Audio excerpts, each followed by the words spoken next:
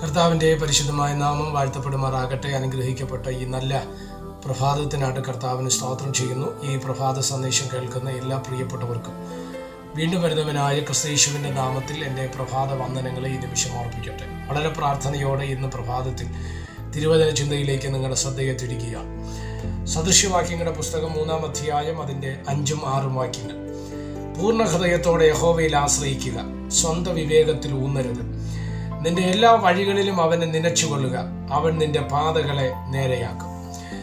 ദൈവഹിത പ്രകാരമുള്ള വഴികളിൽ നമ്മൾ യാത്ര ചെയ്താൽ നിശ്ചയമായിട്ട് നമ്മുടെ ജീവിതം അനുഗ്രഹമായി മാറുവാൻ തക്കവണ്ണം ഇടവരും. ഇവിടെ നിങ്ങൾ ശ്രദ്ധിച്ച്, ശലോമോൻ എന്ന ദൈവമനുഷ്യൻ പറയുകയാണ്, സ്വന്തം വിവേകത്തിൽ എന്ത് ചെയ്യരുത്, ഊന്നരുത്. നമ്മുടേതായ ചിന്തകൾ, നമ്മുടേതായ താല്പര്യങ്ങൾ, നമ്മുടേതായ ഇഷ്ടങ്ങൾ അത് നമ്മുടെ ജീവിതത്തെ നശിപ്പിക്കുവാൻ തക്കവണ്ണം ഇടവരും. ദൈവം അഭിഷേകം ചെയ്ത രാജാവാണ് ശൗൽ, അല്ലേ?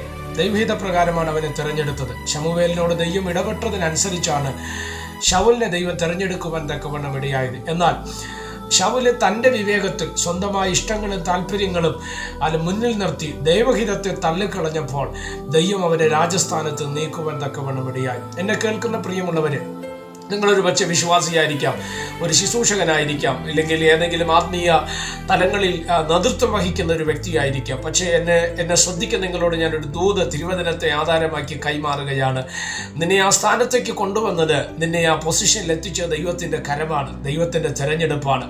അത് സ്തോത്രം. നിനക്ക് തന്ന നന്മകൾ, നിനക്ക് തന്ന അനുഗ്രഹങ്ങൾ, ഇത് ദൈവത്തിൻ്റെ ദാനമാണ്. പക്ഷേ ദൈവഹിതപ്രകാരം നിന്നെ ആ സ്ഥാനത്തെ വെച്ചതിനകത്ത് ദൈവത്തിൻ്റെ മുഴുവൻ ഹിതവും ഉണ്ടെന്നുള്ള കാര്യം നമ്മൾ മറക്കരുത്. എന്നാൽ അപ്പോൾ തന്നെ ജീവിതത്തിന്റെ മുന്നോട്ടുള്ള മേഖലകളിൽ, മുന്നോട്ടുള്ള പ്രയാണങ്ങളിൽ ദൈവഹിത പ്രകാരം മാത്രം മുന്നോട്ട് പോയാൽ ദൈവം ആ സ്ഥാനത്ത് നമ്മെ നിലനിർത്തുവാൻ തക്കവണ്ണം ഇടയാകും.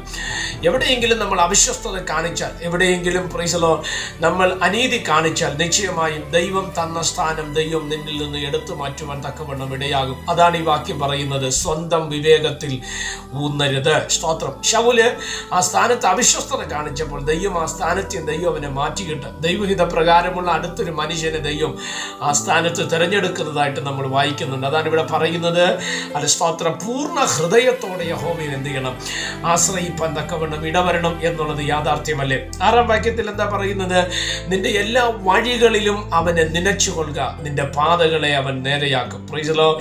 അപ്പൊ നമ്മുടെ എല്ലാ വഴികളിലും ദൈവത്തെ എന്ത് ചെയ്യണം, നനയ്ക്കുവാൻ തക്കവണ്ണം ഇടയാകണം. ദൈവഹിത പ്രകാരം നമ്മൾ മുന്നോട്ട് പോയാൽ, ദൈവത്തിന്റെ ഇഷ്ടം നമ്മൾ ആരാഞ്ഞ് അതിനനുസരിച്ച് നമ്മുടെ ജീവിതം നയിപ്പാൻ നിങ്ങൾ തയ്യാറായാൽ നിങ്ങളുടെ ജീവിതം ഏറ്റവും അനുഗ്രഹിക്കപ്പെടുവാൻ ഇടവരും എന്നുള്ളതിനകത്ത് ഒരു സംശയവുമില്ല. സ്തോത്രം.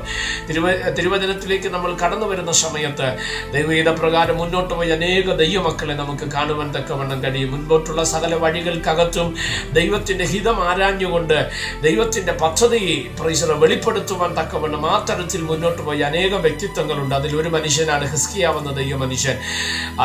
അതിനു മുമ്പുള്ള രാജാക്കന്മാർ പലരും ദൈവപദ്ധതിയിൽ പരാജയപ്പെട്ടപ്പോൾ ദൈവഹിതം ആരാഞ്ഞ് അതിനകത്ത് വിശ്വസ്തത കാണിച്ച് ശുശ്രൂഷകളെയും ആത്മീയ നിലവാരങ്ങളെ റിസ്റ്റോർ ചെയ്യാൻ വേണ്ടി താല്പര്യപ്പെട്ട ഹിസ്കിയാവിന്റെ അകത്തുളങ്ങളിൽ ഒരു ദൈവപ്രവൃത്തി വെളിപ്പെട്ടു വരുവാൻ തക്കവണ്ണം ഇടയായി. നീ ദൈവഹിതത്തിന് വേണ്ടി നിന്നാൽ നിന്റെ ശുശ്രൂഷയിൽ, നിന്റെ ആത്മീയ ജീവിതത്തിൽ, നിന്റെ കുടുംബ ജീവിതത്തിൽ, അത് സ്തോത്രം, നിന്റെ രഹസ്യ പരസ്യ ജീവിതത്തിൽ, ജോലി മേഖലകളിൽ ദൈവഹിതം നിന്റെ മുൻപിൽ വെളിപ്പെട്ടു വന്നാൽ നിന്നെ ദൈവം നിശ്ചയമായിട്ട് അനുഗ്രഹിപ്പാൻ തക്കവണ്ണം ഇടവരിക മാത്രമല്ല, നിന്റെ പാതകളെ അവൻ നേരെയാക്കുമെന്ന് ബൈബിൾ പഠിപ്പിക്കുന്നു. നിന്റെ എല്ലാ വഴികളിലും എന്ത് ചെയ്യുക, അവനെ നനച്ചുകൊള്ളുക. സ്തോത്രം. ദൈവത്തെ ഹൃദയത്തിൽ, ദൈവത്തെ മുൻനിർത്തിക്കൊണ്ട് പ്രവർത്തികൾ ചെയ്യുവാൻ നിങ്ങൾ തുടങ്ങിയേ നിങ്ങളുടെ പാതകളെ അവൻ നേരെയാക്കുവാൻ തക്കവണ്ണം ഇടയ. എന്ത് ചെയ്തിട്ടും പരാജയമാണോ, എന്ത് ചെയ്തിട്ടും ഫെയിലുവറാണോ ജീവിതത്തിൽ സംഭവിക്കുന്നത്? ഒന്നും മുന്നോട്ട് പോകാൻ കഴിയുന്നില്ല. ഒറ്റ വാക്ക് ഞാൻ നിങ്ങളോട് പറയാം, ദൈവഹിത പ്രകാരം മുന്നോട്ട് പോകുക, ദൈവത്തെ മുൻനിർത്തുക. സ്തോത്രം. അല്ലെങ്കിൽ നിന്റെ ഹൃദയത്തിന്റെ എല്ലാ പ്രവർത്തന മേഖലകളിലും, നിന്റെ ആലോചനകളിലും, നിന്റെ ചിന്തകളിലും, നിന്റെ പ്രവർത്തികളിലും ദൈവത്തെ നനയ്ക്കുക. ദൈവത്തെ നനച്ചു കഴിഞ്ഞാൽ നിശ്ചയമായിട്ടും അവൻ നിന്നെ അനുഗ്രഹിപ്പാൻ തക്കവണ്ണം ഇടവരും. സ്വർഗം അതിനായിട്ട് നമ്മളെ സഹായിക്കട്ടെ. പ്രാർത്ഥിക്കാം. പരിശുദ്ധനായ ദൈവമേ, സ്വർഗീയ പിതാവേ, നല്ല സമയത്തിനാണ് സ്തോത്രം. ഈ പ്രഭാത സന്ദേശം കേൾക്കുന്ന എല്ലാ പ്രിയപ്പെട്ടവരെ തൃക്കരങ്ങൾ തരുന്നു. അവിടെ നിന്ന് അനുഗ്രഹിച്ചാട്ട് ബലപ്പെടുത്തിയിട്ട് എല്ലാവിധ നന്മകളാൽ ദൈവം നിറയ്ക്കും. മഹത്വം അങ്ങേക്ക് യേശുവിൻ നാമത്തിൽ തന്നെ. ആമേൻ. എല്ലാവരെയും ദൈവം അനുഗ്രഹിക്കട്ടെ. God bless you.